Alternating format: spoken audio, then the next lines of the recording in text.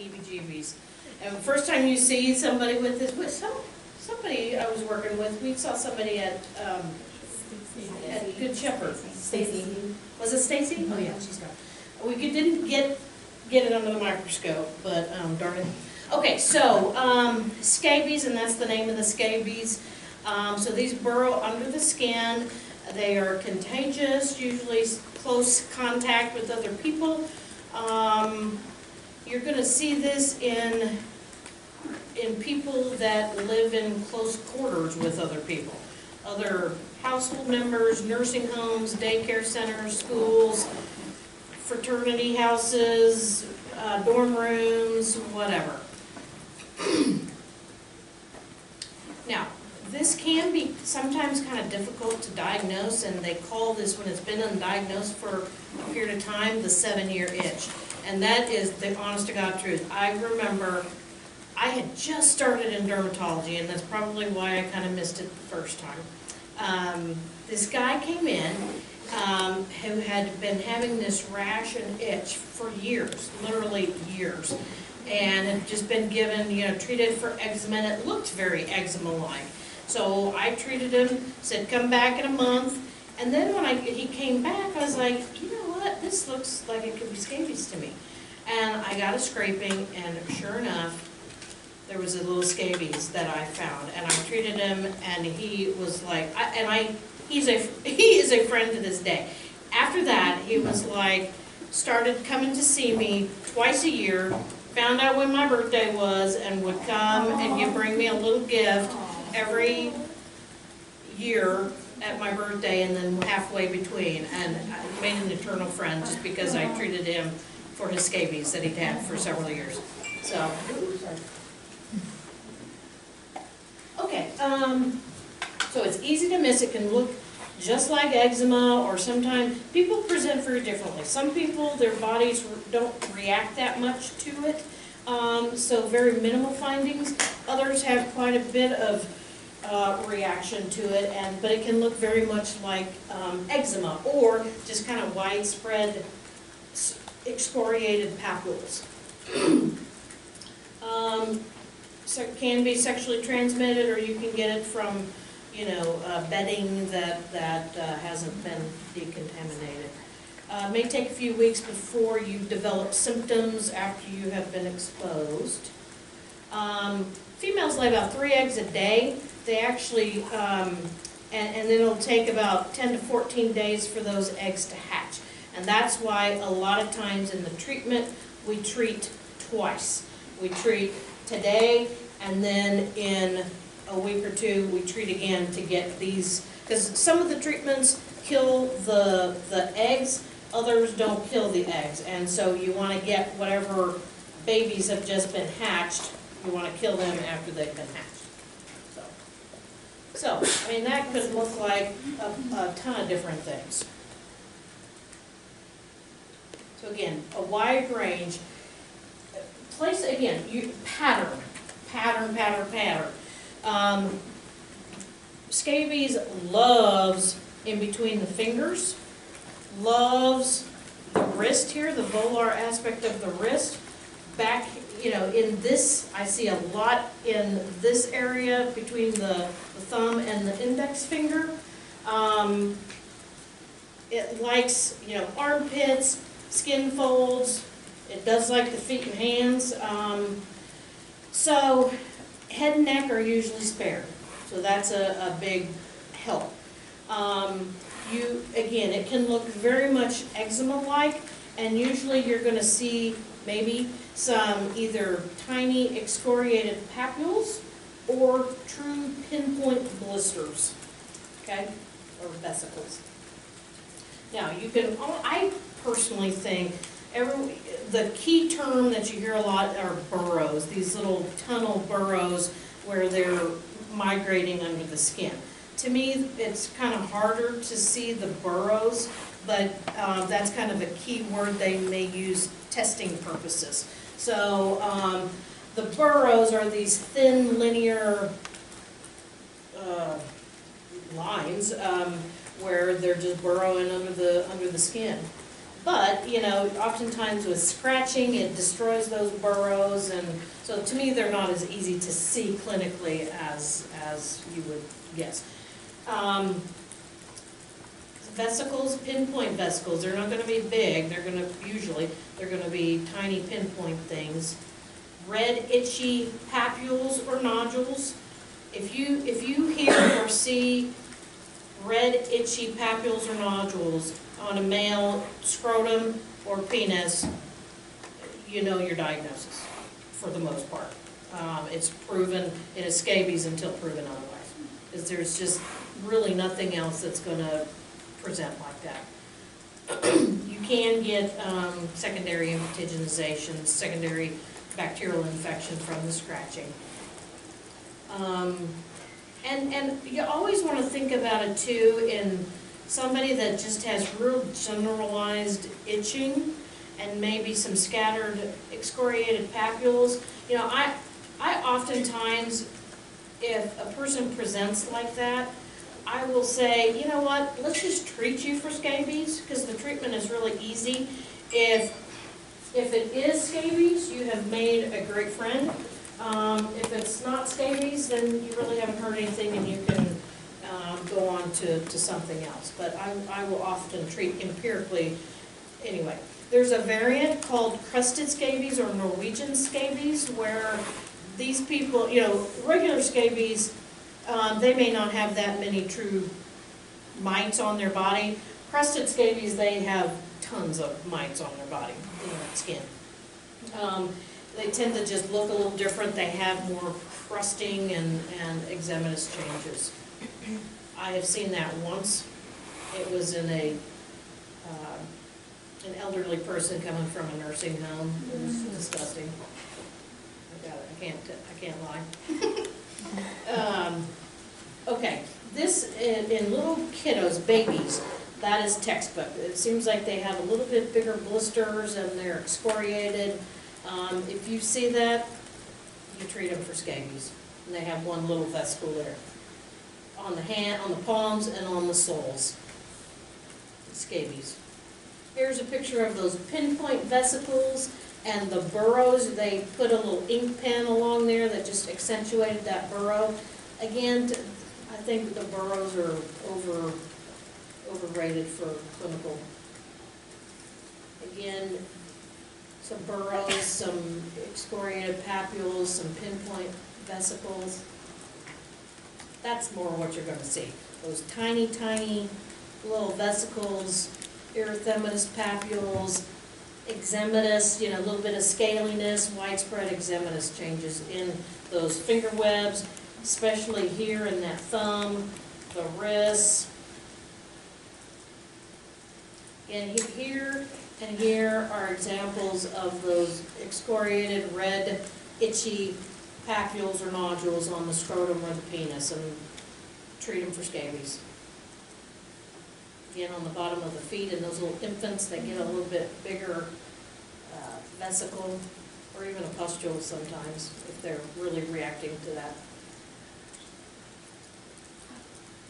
Here is a crusted scabies. So a crusting, thick scale. All right, the slam, and typically you're going to make the diagnosis just with the clinical presentation. The slam dunk is when you can do a skin scraping and see the mite under the microscope. The best way to get a mite is if you can get those tiny little pinpoint vesicles, and you scrape with one of those blades enough to pop that blister, and you get at the very base of that pinpoint vesicle. That is where I have had the most success with getting a positive mite under the microscope. If you're getting old stuff that's all kind of, you know, scaled up and crusted up, it's going to be hard to get a positive. And it's hard to get a positive under the microscope anyway, but I think you have your best chance at getting one if you can get a fresh little vesicle. Now that you don't have to use KOH, but oftentimes you just have KOH handy and you'll just use that along with the skin scraping.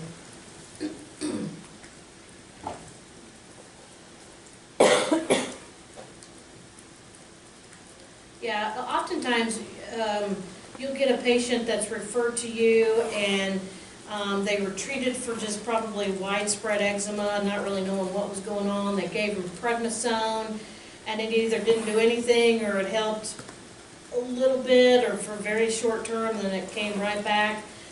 That's probably scabies until proven otherwise. And that is what the scabies mite looks like under the microscope. That is textbook. That one has an egg in it, both of them actually. The little football shaped are the eggs, sometimes you will see that, and the little dark spots are the scabala, or the excrement. Poop. Scabies poop, the technical term. It's so, I gotta admit, I love trying to find this under the microscope. I am like obsessive. I'm like, I gotta find that mite. So I could sit there and look for it all day long. But it's so satisfying when you suspect it and then you see that, you're like, yes, I do it. Okay. Treatment, there are really no over-the-counter medications that are FDA approved for the treatment of scabies. Your number one is going to be topical permethrin cream, 5% permethrin cream, or Elamite is the name brand. We in the dermatology world use a lot of oral ivermectin as well, either in place of or in combination with permethrin cream. The permethrin cream you can use at any age as long as they're older than 2 months of age. It's something where you apply, I say, and I write on the note, apply from the neck to the toes. It has to stay on the skin for multiple hours, and it kind of depends upon, an adult, I'm going to say keep it on your skin 8 to 10 hours. A little baby, I'm going to say keep it on for about 4 hours. So I say just put it on, head to toe, apply to every inch of your skin. Yet in between your fingers, in between your toes, underneath your fingernails, the external genitalia, everywhere. Don't miss a spot. Leave it, sleep in it, leave that on through the night, and then you can wash it off. After that next morning, get your sheets and towels and every piece of clothing that's touched your skin and wash it in hot water. And then do the treatment again in a week. Okay, again, you're trying to kill those eggs that have hatched. The ivermectin is an oral medication. It's 200 micrograms per kilogram. Again, I do the same thing. Treat it today, and then in a week, treat it with the very same thing. It's not an FDA-approved medication for the treatment of scabies, but we use it a lot. Urax is another possibility. It's not FDA approved for children, and it's had a lot of failures, so it's not first line. Lindane has been around for a long time, but it has a black box warning now for neurotoxicity, so that is probably never going to be for scabies or lice. It's not going to be your first line treatment. It was, I think it was over the counter, or people would just use it and use it, just overdose on this medication, and that can be real not good. All right, so again, you want to treat the bedding, vacuum. Some people go nuts and they get rid of every couch and piece of furniture in the house, and I'm not like that. These mites, the scabies mites, don't live that long off the human body, so vacuum real well. If there's something like,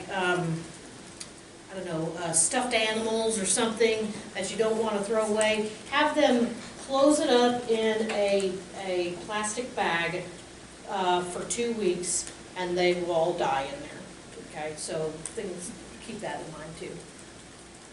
One important thing to note too is the itch associated with scabies can last, for a few weeks after they've been treated. So I always say, expect some itching. The main thing that we can determine that that you're responding to this medicine is that you're not getting new lesions. All right, you're not getting new little blisters or new itchy bumps. The itching will continue.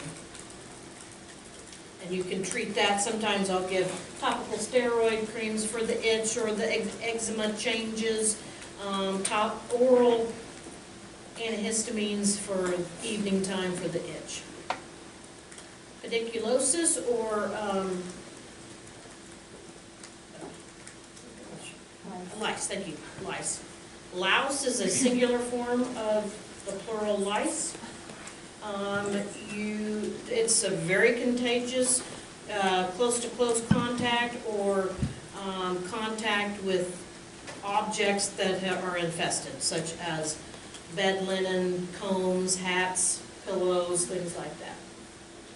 So these are tiny little bugs. They live outside of the skin, and they live on the hair. However, they travel down and bite into the skin for their nutrients. They feed on the blood. So that, when they bite into the skin, their saliva is what causes things to be very, very itchy. And they do that several times a day.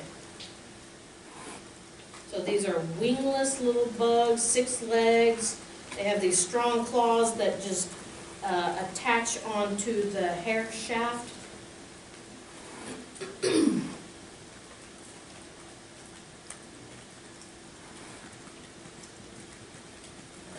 Said that. Here's a picture of a louse. That one looks more like the head louse and the body louse. And this one looks more like a crab, which is more the pubic louse. Also, what you're looking for when you're examining, because sometimes the lice are hard to see. I think I've seen an actual louse one time, but it's the nits. This is called a nit, and this is the little egg sac.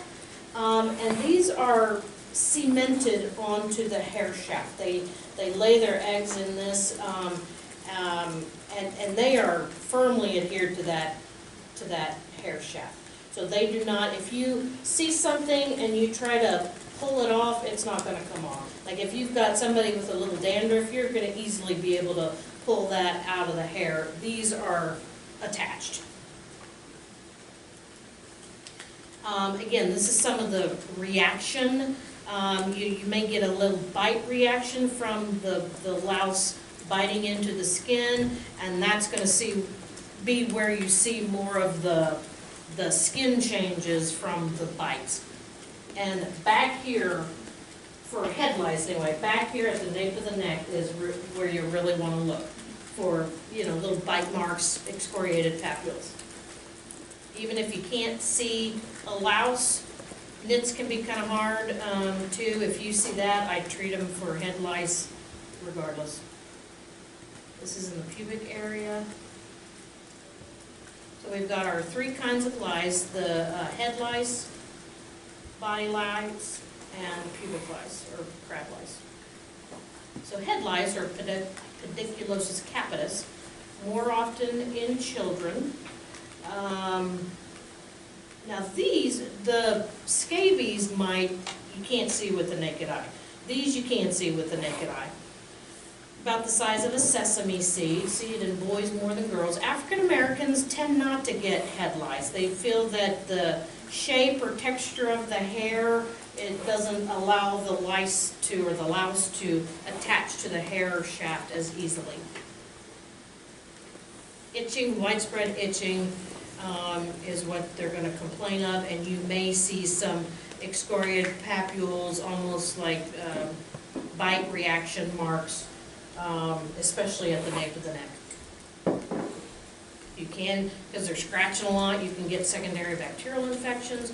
Another thing you want to think about is you will oftentimes get swollen lymph nodes, you know, to the occipital region, because that's where the scalp will drain. If you really don't see much on your physical exam, but they're complaining about lots of itching on the scalp and you feel topical lymph nodes, then I would say treat them for head lice. Assume that that's what's going on. Excuse me. Fall over.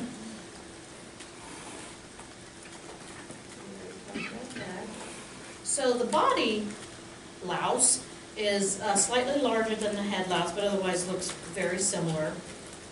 These actually don't live on the hair. They live within the clothing, and then move from the clothing onto the body to feed. This is dirty people, okay? People that don't change their clothes very often and things like that. The homeless, drug addicts, the alcohol, you know, just are not taking care of themselves, not bathing. Back in the day, this was a vector for spreading some of these typhus and trench fever and things like that. So again, you're going to, on the skin, you may see these bite reactions and excoriated papules. Pubic lice, considered a sexually transmitted disease. If you see this in somebody or suspicious of somebody of this, assume they may have another STD. About 30% of people with pubic lice will have another STD. This is highly, highly contagious. One exposure to lice in that area, you've got a 90% chance of acquiring that. Thanks for sharing.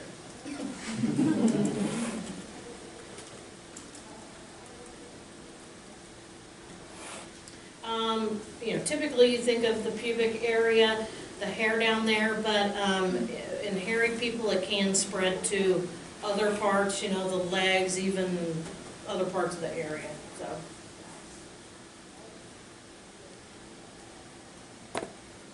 pretty much covered all that. Treatment, head lice. Again, we talked about that. Lindane shampoo, I have that on there, but that's not going to be your first line. Some of these others, permethrins and permethrin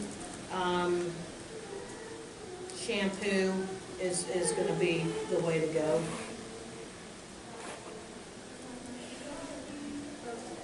Those are over the counter. They also have prescription medications for head lice. There are several here that are newer ones. I remember that was kind of first coming out. Scabies, which is a topical ivermectin. Ovide is a topical malathion, I'm not sure how to say that, and Natroba. Those are all newer products. You also want to try to get rid of those nits, and those can be a bear. They have little nit combs, which are very fine tooth combs that you have to just take, you know, section by section, just combing those out. I guess that's the one good time to have thin, next to nothing hair. These gals that have just really thick, full-bodied hair, it's tough. Body lice, they need to just have better personal hygiene, make sure they are changing their clothes at least weekly, and they need to wash those clothing in hot temperatures that will kill the lice.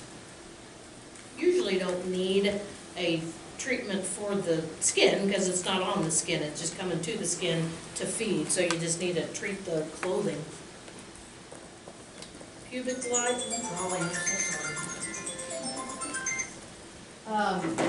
pubic lice, I'll let you kind of read through the treatments, same sort of thing, permethrin, topical or oral ivermectin. Again, a lot of these, they may not be FDA approved, but you tend to use them a lot. And that is that. We'll call it a day. I didn't get